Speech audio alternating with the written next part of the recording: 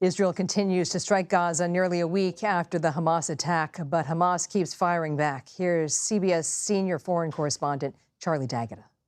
Even under relentless Israeli attack, Hamas unleashed its own retaliation today, firing more than 150 rockets toward the southern city of Ashkelon. It comes as Israeli defense officials said ground forces had launched raids into Gaza for the first time, hunting for militants and more than 100 hostages they're holding. They said the incursion involved tanks and infantry soldiers, searching and collecting evidence that would assist in locating the missing. We went to Ashkelon to witness the barrage of Hamas rockets firsthand. That's close. When we heard the air raid sirens, and then we got low, followed by a number of loud explosions. That's what it's like in these cities that are so close to Gaza. You hear the air raid sirens, and you've got seconds to take cover before impact. In that attack, this is a chunk of shrapnel that fell out of the sky. Further south, around a mile from the border with Gaza, we found the fighting wasn't just concentrated on city centers, but on the highways too, with remnants of the Hamas fighters behind Saturday's massacres still at large. Israeli soldiers tell us that this is the car of a suspected terrorist who was shot dead. You can see some of the bullet holes here. Nearby, a mass of Israeli firepower and military hardware. Row upon row of personnel carriers, reinforced diggers, and troops preparing for the fight ahead. Charlie D'Agata joins us now. Charlie, you've been on the ground in Ashkelon. What else stands out from your reporting?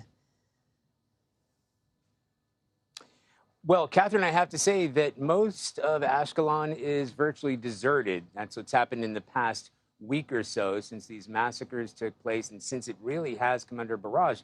As I reported there, Hamas said 150 rockets came in. So thankfully, it didn't do a lot. It did a lot in terms of physical destruction, but not in terms of physical loss of life. But it is getting hammered. In Ashkelon, we hear this city now all the time because it is so close to the border of Gaza.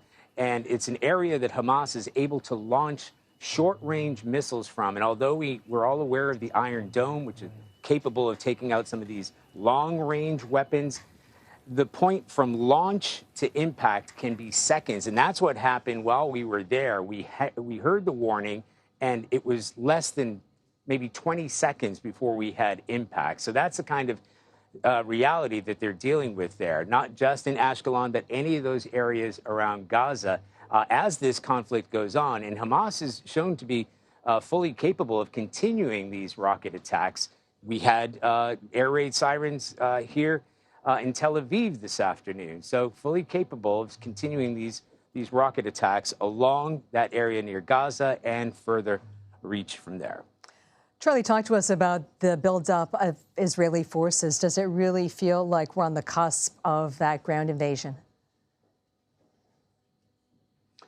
Yeah, Catherine, it's like nothing I've ever seen. So while we were there, I was actually surprised to see them in the wide open. We could see them as far as the eye could see.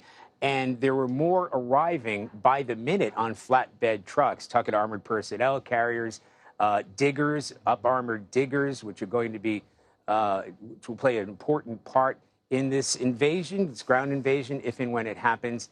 And that was toward northern Gaza.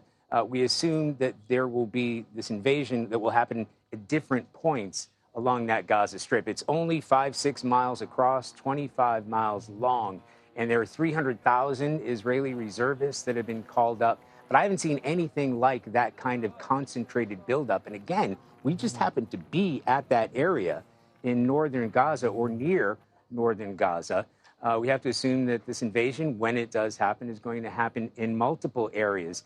But I think it's crucial and critical the fact that the Israelis have tried to warn the people of Gaza to evacuate that area in the north. That's where it's the most populated area, to try to move them further south. So that may be, at least what the Israelis are signaling, that may be where this concentration of ground troop invasion, if and when it happens, it's going to happen in that area.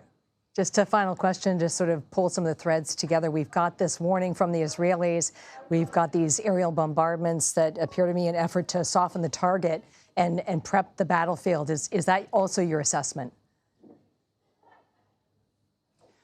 Well, I can tell you, while we were there, the number of explosions was just nonstop, and that was happening throughout the day. So we were maybe a mile or two from Gaza itself, and we could see the explosions and hear the explosions off in the distance, and they did not stop. So in terms of softening those areas, the Israelis say that they are taking out specific targets.